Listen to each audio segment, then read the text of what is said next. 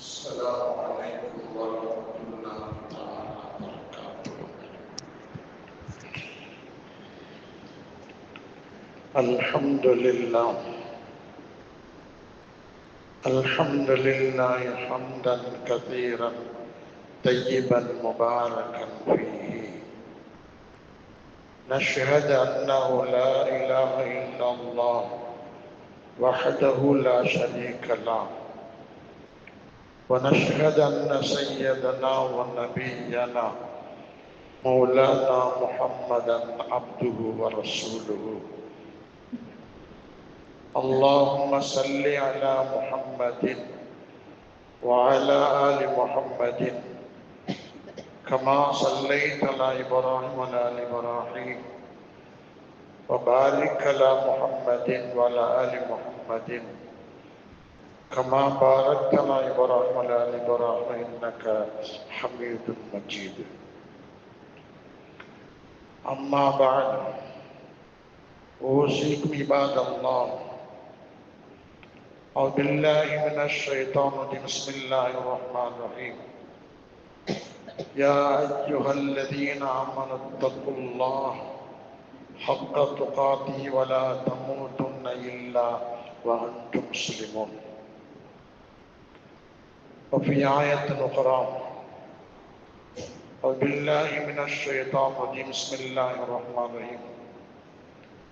وإذ قال عيسى ابن مريم يا بني إسرائيل إني رسول الله إليكم مصدقا لما بين يدي من التوراة والإنجيل من التوراة مبشرا برسول يأتي من بعد اسمه أحمد إلى آخر الآية. آمنا بالله صدق الله العظيم. எல்லா புகழும் படைத்த நாயன் அல்லாஹ் ஒருவனுக்கு அல்ஹம்துலில்லாஹ். ஸலாத்தும் ஸலாமும் நபி ஸல்லல்லாஹு அலைஹி வஸல்லம் அவர்கள் மீதும் அன்னாரின் சொல்லை சொல்லாலும் செயலாலும் முழுக்க முழுக்க பின்பற்றிய உத்தம சஹாபாக்கள், சுஹதாக்கள், சாலிஹீன்கள் நம்ம அனைவரின் மீதும் அல்லாஹ்வின் கிருபை என்றென்று உண்டாவதாக. ஆமீன் யா ரப்பல் ஆலமீன். இந்த ஜும்மா பிரசங்கத்துடைய செய்தி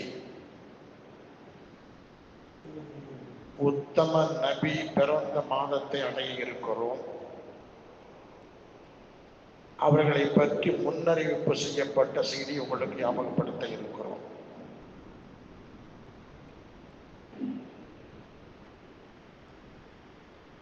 ஏன் அல்லாஹ் இந்த உலகத்திற்கு நபிமார்களை அனுப்பி இருக்கிறான்? குர்ஆன் சொல்லுகிறது, உலகத்திலே மனிதனுடைய உயிர் காக்கப்பட வேண்டும், பாதுகாக்கப்பட வேண்டும். அதற்காக நபிமார்களை அனுப்பியதாக சொல்லுகிறது. உலகத்தில் மனிதன் கல்வி கற்று சிறந்த பண்புள்ள மனிதனாக வாழ வேண்டும் என்பதற்காக வேண்டி நபிமார்களை அனுப்பியதாக குர்ஆன் சொல்லுகிறது.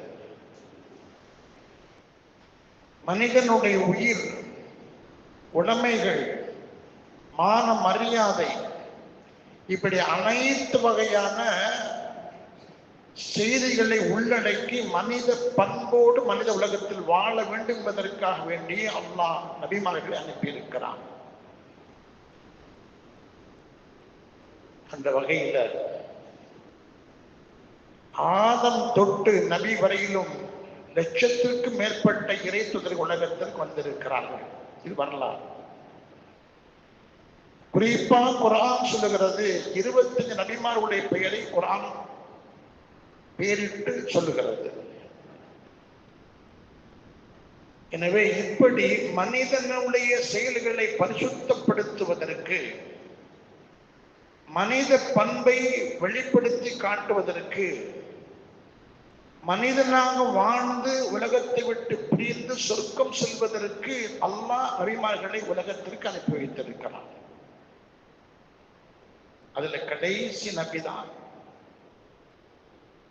ஹாத்தமுன் நபி என்று முத்திரையிடப்பட்டு சொல்லப்படுகிற நமது தூதர் முஹம்மது ரசூலுல்லாஹ் ஸல்லல்லாஹு அலைஹி வஸல்லம் ஸலவாத்து சொல்றாங்க.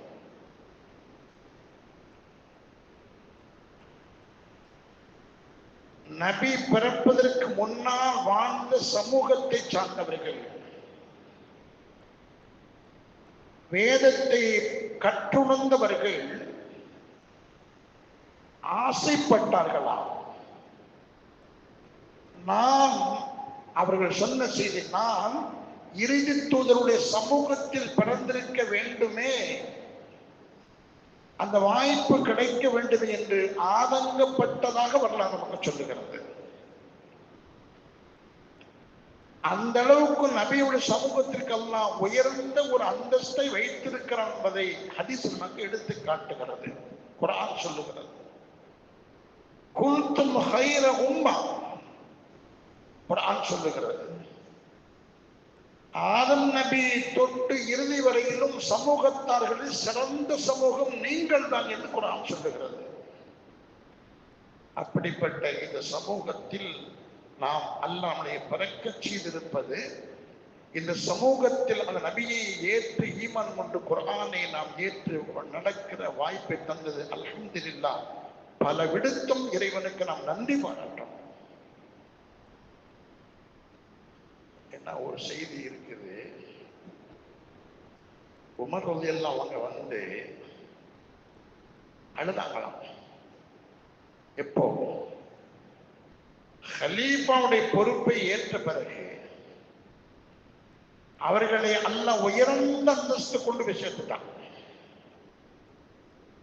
நபி அவர்களை பாராட்டி சொல்லுவார்கள், உமரே, ஒரு நாவில் அல்லாஹ் பேசுகிறான் என்று ஒரு பெரிய ஒரு உயர்ந்த அந்தஸ்தை கொடுத்த பிறகு அழுகிறார்கள்.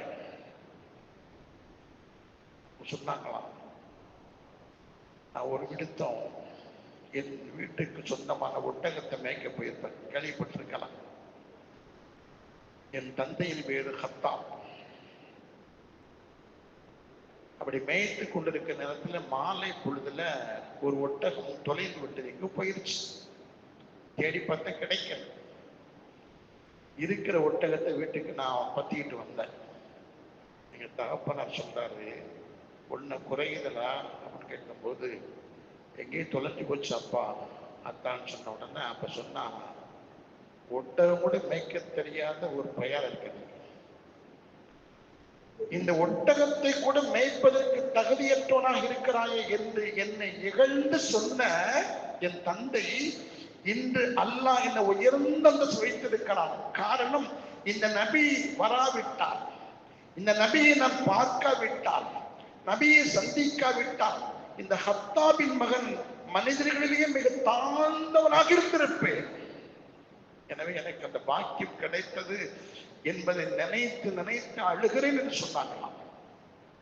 அப்படின்னா இந்த அளவுக்கு நிறைய ஒரு மனிதனை பண்படுத்தி சிறந்த உயர்ந்த அந்தஸ்து கொண்டு போய் சேர்க்கிறதற்கு வாய்ப்பு கிடைத்த நபியுடைய வருகை. ஆகையினால அந்த நபியை பற்றி பேசுவது, அந்த நபி புகழ் மாலை பாடுவது இஸ்லாமியனுடைய கடமை. ஹதீஸ் வருது, ஒட்டுமொத்த மனிதர்களும் அந்த நபியினுடைய அடையாளம் தெரியாவிட்டால் கபூரிலே அவனுக்கு வேதனை கிடைக்கும் என்று சொல்லப்படுகிறது. ஹதீஸ் வருது எப்படின்னா, மனிதன் அடக்கம் செய்த பிறகு 2 வானவர்கள் வருவாங்க, உருவத்தை காட்டுவார்கள். இது யாரு தெரியுதா என்று கேட்பாங்களாம். எந்த மனிதன் ஈமான் கொண்டு நம்பிக்கை கொண்டு அவர்கள் சொன்ன விஷயத்தை பேணி பாதுகாத்து நடந்து வாழ்கிறானோ அந்த மனிதனுக்கு அல்லாஹ் தஆலா தெரியும் என்று சொல்லுகிற அந்த வாய்ப்பை கொடுப்பான். அதற்கு பிறகு அவனுக்குடைய கபருடைய வாழ்க்கை சிறப்பா இருக்கும். ஆகையினால நபியை தெரியாதவர்கள் இருக்கவே முடியாது, தெரிந்து வைத்திருக்க வேண்டும் என்பதைத்தான் இந்த நபிமொழி நமக்கு சொல்லுகிறது. ஹதீஸ் வருது, நம்மளை பார்த்து ரசூலுல்லாஹ் சொல்றாங்க, வெள்ளிக்கிழமை ஆயிடுச்சா, வெள்ளிக்கிழமை வந்துருச்சு இல்ல, ஒரு 10 செலவாத்து சொல்லுங்களேன். என் மீது சொல்றாங்க. நம்மகிட்ட வேண்டி விரும்பி கேட்கிறாங்க. உங்க வாழ்க்கை சுபிட்சமா இருக்கட்டும், ஒரு 10 விடுத்த சொல்லுங்களேன். நான் ஞாபகப்படுத்துறேன். ஜும்மா தொழுகை முடிஞ்சு போறதுக்குள்ள மனசுக்குள்ள சொல்லிக்கிறேன். ஸல்லல்லாஹு அலைஹி வஸல்லம் அல்லாஹும்ம ஸல்லி அலா முஹம்மதின் வ அலா ஆலி முஹம்மதின் கமா ஸல்லைத அலா இப்ராஹீம் வ அலா இப்ராஹீம் இன்னக ஹமீதும் மஜீத்.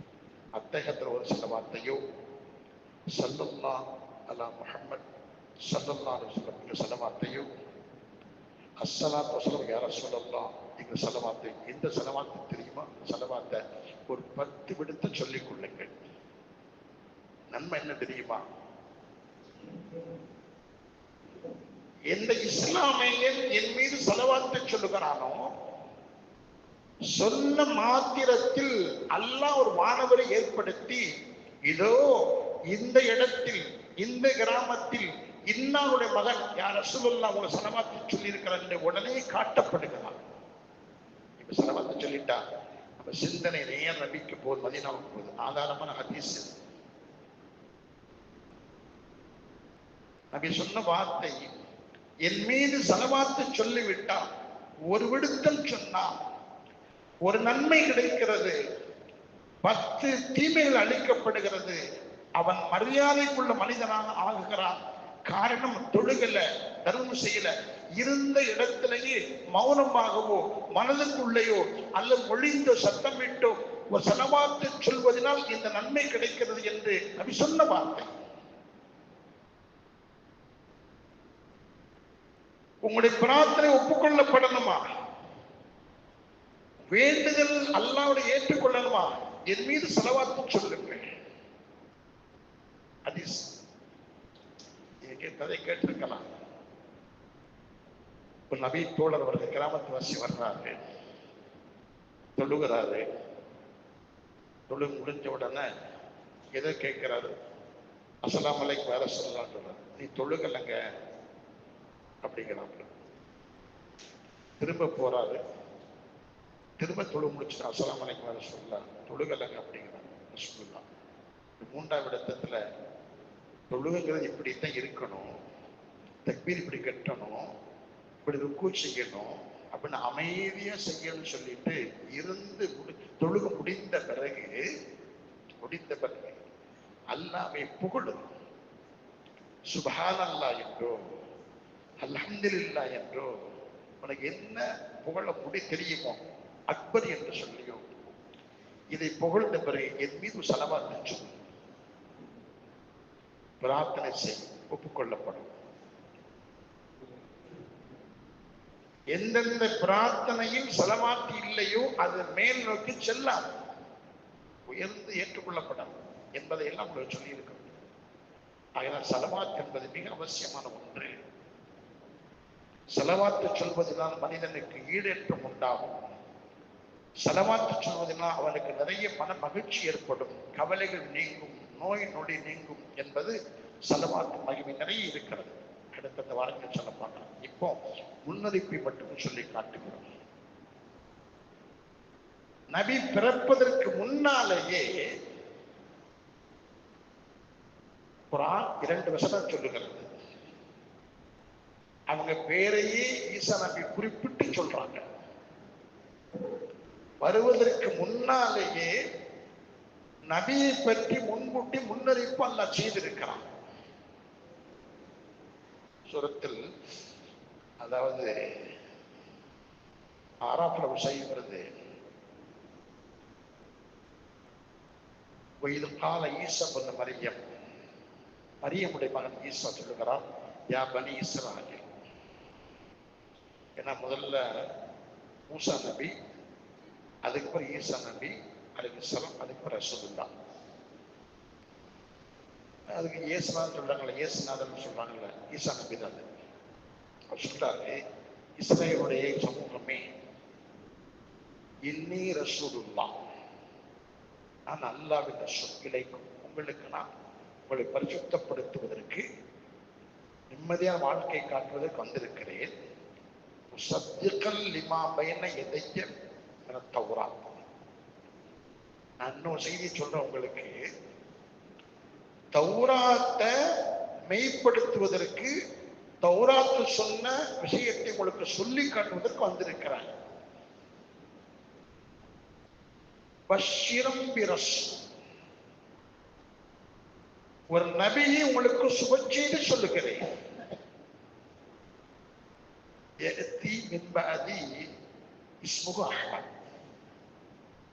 உங்க தௌராத்தம் இருக்கு,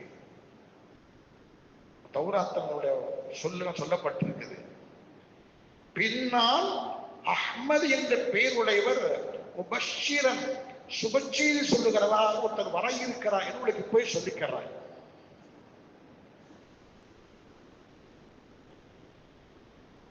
فلما جاء بالبينات قالوا هذا سحر مبين. யூதனுக்கு இதான் வேலை. அவனாக வாழணும், ஒருத்தன் வாழக்கூடாது. அவனாக இருக்கணும், அவனா வசதியா இருக்கணும் அப்படிங்கிற ஒரு ஒரு ஒரு குறுகிய மனப்பான்மை உள்ள நெறி கூட்டாங்க. இப்படி மூசம் ஈசா நபியை முதல்ல ஏத்துக்கிட்டான்னா, ஏத்துக்கிட்டு வந்த பிறகு பின்னால் அஹ்மது என்ற பெயருடைய ஒரு வர இருக்கிறார். அவர் உங்களுக்கு சத்தியத்தை சொல்லுவார். நீங்கள் வாழுகிற காலத்தில் நபியா வந்து விட்டார், நபியா ஏற்றுக்கொள் என்று சொன்ன உடனே காலு சொல்ற ஹாதா சிர் முபீன், இந்த மனுஷர் ஒரு சூனியக்காரர் அப்படி பிள்ளையில மாத்தி விட்டுட்டான். அதுக்கு பிறகுதான், இது சொன்னதுக்கு பிறகுதான் அவரை கொல்றதுக்கு முயற்சி பண்ணாங்க, கொல்றதுக்கு ஏற்பாடு பண்ணாங்க. இப்ப சொல்றாங்க நாங்க அவரை கொண்டுட்டோம், சிலுவையில் அரைஞ்சிட்டோம்னு சொல்லிக்கிட்டு இருக்கிறாங்க. ஆனா குர்ஆன் அதை மறுக்கிறது. இப்ப நம்ம அதுக்குள்ள போகல. இது ஒரு முன்னறிவு. நபி பிறப்பதற்கு எத்தனையோ ஆண்டுக்கு முன்னால் தௌராத் என்ற வேதத்தில் ஒரு நபி வர இருக்கிறார், இறுதி தூதர் வர இருக்கிறார். அவர் பேர் அஹ்மத், முஹம்மத், அஹ்மத் புகழுக்குரியவர் என்ற சுபச்செய்தியை உங்களுக்கு சொல்லுகிறோம் என்று முன்னறிவிப்பை அல்லாஹ் தௌராத்திலேயே பதிவு செய்திருக்கிறார். சொன்னது யாரு? ஈசா அலைஹிஸ்ஸலாம் பிறப்பதற்கு முன்னால். இன்னொரு வசனம் அல்லாஹ் சொல்லி காட்டுறான், அல்லதீன யத்தபிஊன ரசூலன் நபியி உம்மியி. ஒருவர் இருக்கிறார், அவர் எழுத படிக்க தெரியாத மனிதர். யஜிதூனஹு மக்தூபன் இந்தஹும் ஃபித் தௌராத் வல் இன்ஜீல். அவரை பற்றி உங்கள் வேதத்தில், தௌராத்தில், இன்ஜீலிலும் தரமாக அழகாக பண்புகளை எழுதப்பட்டிருக்கிறது. மக்தூபன் என்ன எழுதப்பட்டிருக்கிறது, தௌராத்தில் இருக்கிறது சொல்லி ஈசா நபி சொன்ன செய்தியை, தௌராத் சொல்லி அல்லாஹ் இங்கு பதிவு செய்கிறார். யஜிதூனஹு மக்தூபன், அந்த வேதத்தில் அவருடைய பண்புகளை, நபியினுடைய அழகிய நற்குணத்தை, அவர் பேர் உட்பட அனைத்தும் அங்கு பதிவு செய்யப்பட்டிருக்கிறது. இந்த வசனத்துல கடைசி சொல்றான், வல்லதீன ஆமனு வ அஸ்ஸரு வ நஸரு.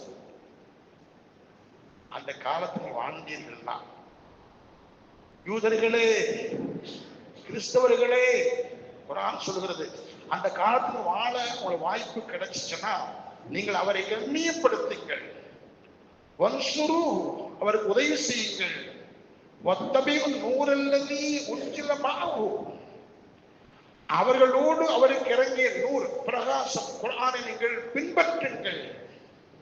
உலாயிக முஃப்லிஹூன். அப்படி செஞ்சீங்கன்னா நீங்கள் வெற்றி பெறுவீர்கள் என்று அல்லாஹ் தஆலா இங்கு நபி வருவதற்கு முன்னாலேயே, நபி வருகின்ற அந்த முன்னறிவிப்பை இங்கு குர்ஆன்ல பதிவு செய்திருக்கிறான்.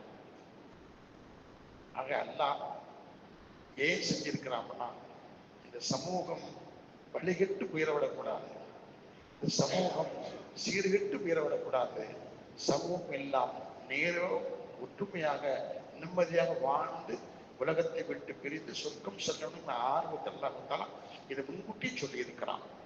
ஏன்னா குர்ஆன்ல ஒரு ஹதீஸ், ஒரு செய்தி வருது. எப்படின்னா, நரகவாசிகளே குர்ஆன்ல சொல்றான், நரகவாசி நிப்பாட்டிவாங்க. அந்த ஹாசில் அந்த காவாளி கேட்பாங்க, ஏப்பா இப்படி வருது, உங்களுக்கு நபி வரவில்லையா, ஏன்டா இங்க வந்து நிக்கிறிய, இந்த நரகத்தை பற்றி சொல்வதற்கு தூதர் வரலையா, குர்ஆன் வரலையா அப்படின்னு சொல்லி ஒட்டுமொத்த நரகத்திற்கு வந்து நிற்கிற வாசப்படி நிற்கிற அவர்களை பார்த்து பரிதாபத்தோடு அந்த ஹாசில் அந்த நரகத்தினுடைய காவலாளி கேட்பாராம். சொல்லுவோமா, அல்ல பாதுகாக்கணும்ல, நரகத்துக்கு எதிரனை நீங்க நரகத்துக்கு இல்லாம சொர்க்கத்துக்கு சேர்த்து யோவாச்சு காலுபலா. இப்ப தெரியுது, வந்தாங்க, குர்ஆன் வந்துச்சு, குர்ஆனை பற்றி சொல்லப்பட்டது, ஆனால் நாங்கள் அதை ஏற்றுக்கொள்ளவில்லை, நாங்கள் விளையாட்டாக நினைத்துக் கொண்டோம் என்று நரகவாசிகள் சொல்வார் என்று குர்ஆனை பதிவு செய்திருக்கிறான். ஏன் சொல்றான்? இந்த குர்ஆன் கடைசி வரையிலும் நிலைத்திருக்கும், உலகம் அனைவரையிலும் குர்ஆன் இருக்கும். எனவே இதை படித்து மனிதன் படிப்பினை பெற வேண்டும் என்பதற்காக பதிவு செய்திருக்கிறான். அவனுக்கு என்ன இருக்கு, எப்படி போகல, குர்ஆனை படிப்பது மிக அவசியமான ஒன்று. படித்து மனிதன் நல்ல வாழ்க்கையை தேர்ந்தெடுத்து சீரியலாக வாழ வேண்டும் என்பதற்காக தான் அதை பதிவு செய்திருக்கிறான். நம்ம விரும்பின ஓதிட்டு மட்டும் இருக்கிறோம். குர்ஆன் கத்தபாத்திய ஓதுறதுக்கு நம்ம வச்சிருக்கிறோம், யாசகம் வச்சிருக்கிறோம், அதல்ல. ஒவ்வொரு மனிதனுடைய இதயத்திலும் குர்ஆனுடைய செயலில் இருக்கணும். யோசிச்சு சொல்லுங்க, குர்ஆன்ல எத்தனை வருஷம் மனசுக்கு மனப்பாடம் இருக்கு? 3 வருஷம் தான் இருக்குமா? அது கூட இருக்காது. குர்ஆனை தெரிந்து வைப்பது மிக அவசியமான ஒன்று. குர்ஆனை ஓதுவது மிக அவசியமான ஒன்று. குர்ஆனை ஓதி வெறுமனை வைத்து விடக்கூடாது, அதை படிப்பினை படித்து உணர்ந்து செயல்படுத்த வேண்டும் என்று குர்ஆன் சொல்லுகிறது. நம்ம இப்ப அதை கண்ணியமா வச்சிருக்கிறோம், அதல்ல குர்ஆன் அப்படி சொல்லல. எனவே முன்மாதிரியை நமக்கு முன்கூட்டி அல்லாஹ் அறிவிப்பு செய்திருக்கிறான், முன்னறிவிப்பு செய்திருக்கிறான். கடைசி ஒரு செய்தி முடிச்சுக்க, நபி பிறந்த பிறகு நபியா ஆகல, குடும்பத்துல அந்த நேரத்துல ஆண் குழந்தை பிறக்குது. அப்துல் முத்தலிப் குடும்பத்துல குழந்தைய அப்படி தூக்கிட்டு வர்றாங்க. முத்தலிப் அப்துல் முத்தலிப் அப்ப மக்காவுல தலைவர். காபால் நிறைய சிலைகள் உண்டு. அப்ப இஸ்லாம் இல்லை. அந்த காலத்துக்கு என்ன காலம் தெரியுமா? மடையர்கள் காலம் சொல்லுவாங்க, ஜாகிலியா அந்த காலம் சொல்லுவாங்க. நபிமார் வரல, நல்லது கிட்ட தெரியாது. அந்த நேரத்தில் வாழ்ந்தவங்களுக்கு தண்டனை கம்மின்னு வர சொல்றாங்க. ஏன்னா அவங்களுக்கு போதனை செய்வதற்கு யாரும் இல்லை. அந்த காலத்துக்கு அரபில ஜாகிலியாவுடைய காலம், மடையருடைய காலம், என்னன்னு தெரியாது. அந்த பெண்ணை என்ன செய்யணும், பெண்ணை எப்படி பயன்படுத்தணும், எப்படி திருமணம் முடிக்கணும், அவ்வளவு மோசமான காலம். அந்த காலத்துல தலைவராக இருக்கிற அப்துல் முத்தலிப் மக்கா காபா தன் குடும்பத்துல குழந்தை பிறக்குது, ஆண்கள் சொன்ன உடனே ஒரு செய்தி தெரிஞ்சுக்கணும். அபூலஹப் அப்துல்லா கூட பிறந்தவர், சொன்ன வாப்போட பிறந்தவர். அபூலஹப் தப்பத்தியது அபீலஹப் இல்லை, அவரு கூட பிறந்தது. தன் தம்பிக்கு குழந்தை பிறந்து சொன்ன உடனேயே அவர் என்ன செய்யறாருன்னா, ஒரு பெண் அடிமையை உரிமை விட்டுறார். பிரியத்தில் அவருக்கு தெரியாது, நபி வருவான்னு தெரியாது, நபியால் தெரியாது, ரசூல் தெரியாது. அந்த ஒரு முஹப்பத் கொடுக்குறாங்க. காபாக்குள்ள போறாரு அப்துல் முத்தலிப், பேர் வைக்கிறாரு. என்ன பேரு? முஹம்மத். குர்ஆன்ல அஹ்மத் வருது. அஹ்மது முகமது ஒரே அர்த்தம் தான்.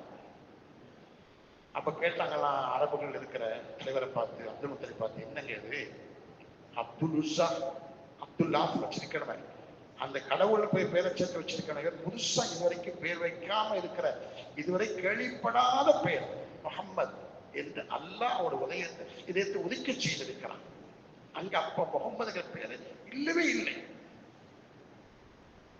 தூக்கிட்டு வந்த உடனே காபால வச்சு அவங்க என்ன செய்யறாங்க, பேர பிள்ளைக்கு முஹம்மது பேர் வைக்கிறாங்க.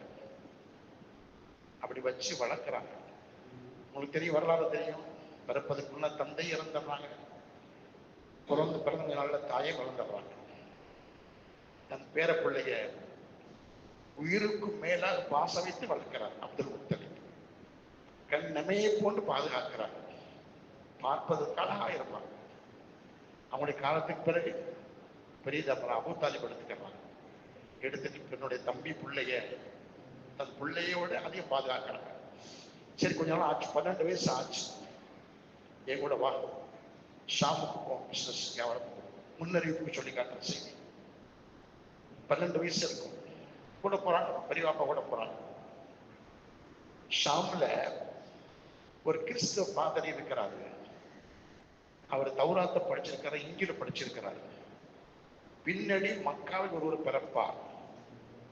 அவர் பேர் என்ன பேரா இருக்கும், இன்ன அம்சத்தோடு இருப்பான்னு தெரிஞ்சு வச்சிருக்கிறார். எப்பமெல்லாம் மக்கள் வந்து ஷாமுக்கு வியாபார கூட்டம் வருகிறதோ அவங்க அத்தனை பேரும் அழைச்சிட்டு வந்து தன்னுடைய காட்கா, தன்னுடைய இடத்துல இருப்பிடத்துல விருந்து கொடுக்கிற பழக்கம். ஏன்னா அவங்களை கண்டுபிடிக்கிறதுக்காக. இப்படி நிறைய நாள் நடந்துகிட்டே இருந்துச்சு. அபூ தாலிப் மனுஷனா தன்னுடைய தம்பிமான கூட்டு போறாங்க. உடனே அவர் என்ன செய்யறாரு, அந்த பாதிரி, கிறிஸ்துவ பாதிரி, பேர் மறந்து போச்சு. உடனே என்ன செய்யறாருன்னா, இந்த மக்கா வாசிகளை கூட்டிட்டு வாங்கன்னு சொல்றாங்க. எல்லாரும் போயிடுறாங்க.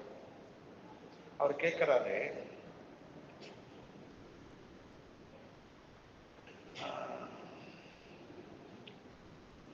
வேற யாரும் இருக்காங்களா உங்களுடைய மக்கா வாசிகள் அப்படின்னு கேட்கிறாரு. அவன் ஒரு சின்ன பையன் இருக்கிறாரு.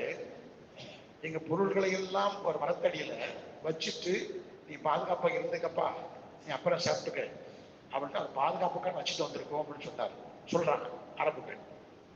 இல்ல இல்ல அவரே கூட்டுவாங்க அப்படின்னு சொன்ன உடனே அந்த கிறிஸ்துவ பாதிரி பார்த்த உடனே, அந்த பாவிகளா விருந்து அவருக்கு தரப்பா. சாப்பாடு முடிஞ்சு தனியா கூப்பிடுறாங்க. அபூ தாலிபை கூப்பிடுறாங்க, ரசூலுல்லாஹ் கூப்பிடுறாங்க, முஹம்மது கூப்பிடுறாங்க. உள்ளது சொல்ல உடனே உன் பெயர் என்ன அப்படின்னு கேட்கிறாரு கிறிஸ்துவ பாதிரி. பேர சொல்லிடுறாப்புல. அபூ தாலிபை கேட்கிறாப்புல, இவங்க வாப்பா இருக்காங்களா, நீங்க யாரும் கேட்கிறாப்புல. நான் இவருடைய பையன், தந்தைன்னு சொல்றாங்க. அங்க இருக்குது, தந்தை இருக்கிறது வாய்ப்பு இல்லை. இந்த பையனுக்கு நீங்க யாரும் கேட்கிறாரு அபூ தாலிப்ட்ட. என் மகன் சொல்றாப்புல. இருக்காத. இல்லைங்க, உடைய வாப்பா என் சகோதரர் இறந்து போயிட்டாப்புல பிறப்பதற்கு முன்னாடி. சரி, கிடைச்ச சொல்றாப்புல, உன்னுடைய சட்டை கொஞ்சத்தை காட்டுப்பான்னு சொல்றாப்புல. அந்த கிறிஸ்தவ பாதிரி சொல்லாக்கு தெரியாது, மச்சம் நேச முடி இருக்கும். அதுல இந்த பக்கத்து மச்சம் இருக்கும், கருப்பா இருக்கும், முடி லேசா இருக்கும். அதை முத்திரைக்குள்ள அடையாளம் பிறப்பிலே இருக்கும் அவங்களுக்கு. அதை பார்க்கிறாரு, பார்க்கணும், முத்தம் கொடுக்கல.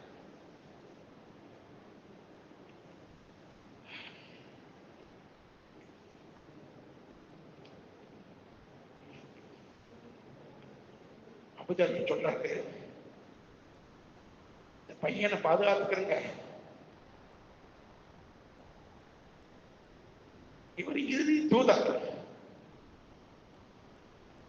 ரொம்ப பாதுகாக்கணும். உங்க குடும்பமே இவருக்கு எதிரியா நிற்பாங்க. உங்க ஊர்வாசிகள் இவரை வெளியாக்குவாங்க. கொலை பரட்டல் அத்தனை வகையான துன்பங்களுக்கும் ஆளாகும். ரொம்ப பாதுகாப்பா வச்சுக்கிறேன் அப்படின்னு சொல்லி நிறைய சம்மான்களை கொடுத்து, ரசூலுல்லாஹ் ஒண்ணும் புரியல, 12 வயசு. ஏன் சொல்றோம்னா, அந்த கிறிஸ்துவ மதத்தை சார்ந்தவர் முன்னறிவிப்பை தெரிஞ்சு அவர் சொல்றாரு, எனக்கு நபியோடு இருப்பதற்கு ஆசைப்படுகிறேன், என் வயது முதிர்ந்து விட்டது, நான் இனி இருப்பேன்னு சொல்ல முடியாது, நீங்க பாதுகாத்துக்கிறங்க அப்படின்னு சொல்லி அப்பொழுது அவர் சொல்லியிருக்கிறார். இன்னொரு வரலாறு இருக்கிறது. நபியோட நபிப்பட்டம் நபிப்பட்டம் கிடைத்த பிறகு பதறி போய் அழுதுகிட்டு காய்ச்சலோடு வீட்டுக்கு வர்றாங்க. அவருடைய மனைவி கதீஜா அம்மா போத்தி விடுறாங்க. போத்தி விட்டுட்டு பயந்துகிட்டு சொல்லிட்டு நௌஃபல்ங்கிற கிறிஸ்து பாதத்தை கூட்டு போறாங்க. இதை பார்க்கறதுக்கு நௌஃபல்ல சொல்றாப்புல, திடீர்னு இப்ப கணவர் ஏதோ கனவு பார்த்திருக்கிறாரு, ஒரு ஆளை பார்த்திருக்கிறாரு, பயந்து போயிட்டு சொன்ன விஷயத்தை கேட்கிறாரு. நௌஃபல் கேட்கிற கிறிஸ்துவ பாதத்தை கேட்கிறாரு. சொல்றாரு, இது அனைத்தும் இவர் தூதருக்குள்ள அறிகுறி. கதீஜா அம்மா சொல்றாப்புல, பாதுகாத்துக்கிறங்க, நான் அந்த கட்டத்தில் உயிரோடு இருப்பேன் என்று சொன்னான். இப்பொழுது இருக்கிறார், இவருக்கு வருகிற தீங்குகளை நேருக்கு நேர் நின்று அவருக்கு உதவி செய்து பாதுகாப்பேன். எனவே கதீஜா சொல்றாங்க, இவர் தூதர், நபி தூதர், இறை ரசூல், எனவே இவரை எங்கள் பாதுகாப்பு மிக அவசியமான ஒன்று என்று நௌஃபல் என்று சொல்லுகிற கிறிஸ்து மதத்தை சார்ந்தவர் கதீஜா சொன்னதை பதிவு செய்யப்பட்டதை பார்க்கிறோம். இப்படி நபி வருவதற்கு முன்னாலேயே இந்த உலகத்தில் நபி வரப்போகிறார், வர இருக்கிறார், இன்ன பேர் உள்ளவர் என்று அல்லாஹ் முன்னறிவிப்பு செய்து அந்த நபியை உலகத்துக்கு அனுப்பி வைத்திருக்கிறான். எனவேதான் மற்ற நபிமார்களுக்கு வித்தியாசம் இருக்கிறது. அல்லாஹ் கூப்பிடும் போது அதை சொல்றேன், மற்ற நபிமார்கள் கூப்பிடும் போது அல்லாஹ் எப்படி கூப்பிடுவான், நம்ம நபியை கூப்பிட அல்லாஹ் எப்படி கூப்பிடுவான் அப்படிங்கிறதுக்கு அல்லாஹ்வே வச்சிருக்கிற ஒரு பணக்கம் வச்சிருக்கிறான். மற்ற நபிமார்களை அவன் கூப்பிடுற விதம் வேறு, நம்ம நபியை கூப்பிடுற விதம் வேறு. ஏன்னா ஹபீபுல்லான்னு சொல்றாங்க, என் பிரியத்துக்குரியவர். அவர் அழுதார், அரிசி நடுங்கும், அவர் கேட்டார் கொடுக்கப்படும் என்று அல்லாஹ் சொல்கிறார். சொர்க்கத்திற்கு முதல் நுழைகிற மனிதன் என்ன ஹபீபு தான், யாருக்கும் முன்னுரிமை கிடையாது என்று அல்லாஹ் தஆலா நபி அந்த அளவுக்கு புகழ்ந்து பேசுகிறார் அல்லாஹ் தூதரை பற்றி. எனவே அப்படிப்பட்ட தூதர் நமக்கு நபியாக தூதராக கிடைத்திருப்பதனால் நம்ம அல்லாஹ் நிறைய சுக்ர் செய்யணும், அல்லாஹ் நிறைய நன்றி பாராட்டணும், துவா செய்யணும். அல்லாஹ் என்னை இந்த உம்மத்தில் ஆக்கியதற்காக உனக்கு நன்றி செய்கிறேன் என்று சொல்லுகிற வாய்ப்பு பெறணும், சொல்லணும் என்று உங்களுக்கு ஞாபகப்படுத்துகிறோம். அத்தோடு விட்டு விடாமல் நபியின் மீது ஒவ்வொரு நாளும் குறைந்தபட்சம் 10 விடுத்தும் செலவாக்கி சொல்லி நன்றிக்கரை நாம் நிறைவேற்றும் உங்களுக்கு ஞாபகப்படுத்துகிறோம். படைத்தரப்பை ஒருவனே, இறுதி உடைய மூச்சு இருக்கிற காலம் வரையிலும் எங்கள் அனைவர்களுக்கும் இந்த உம்மத்தில் வாழ்ந்து மடிக்கிற வாய்ப்பை தந்து அந்த உம்மத்துடைய ஷஃபாத் கிடைப்பதற்கு அலுவலகம் அருள் செய்வாயாக. ஆமீன் ஆமீன். அஸ்ஸலாமு அலைக்கும் வரஹ்மத்துல்லாஹி வபரகாத்துஹு.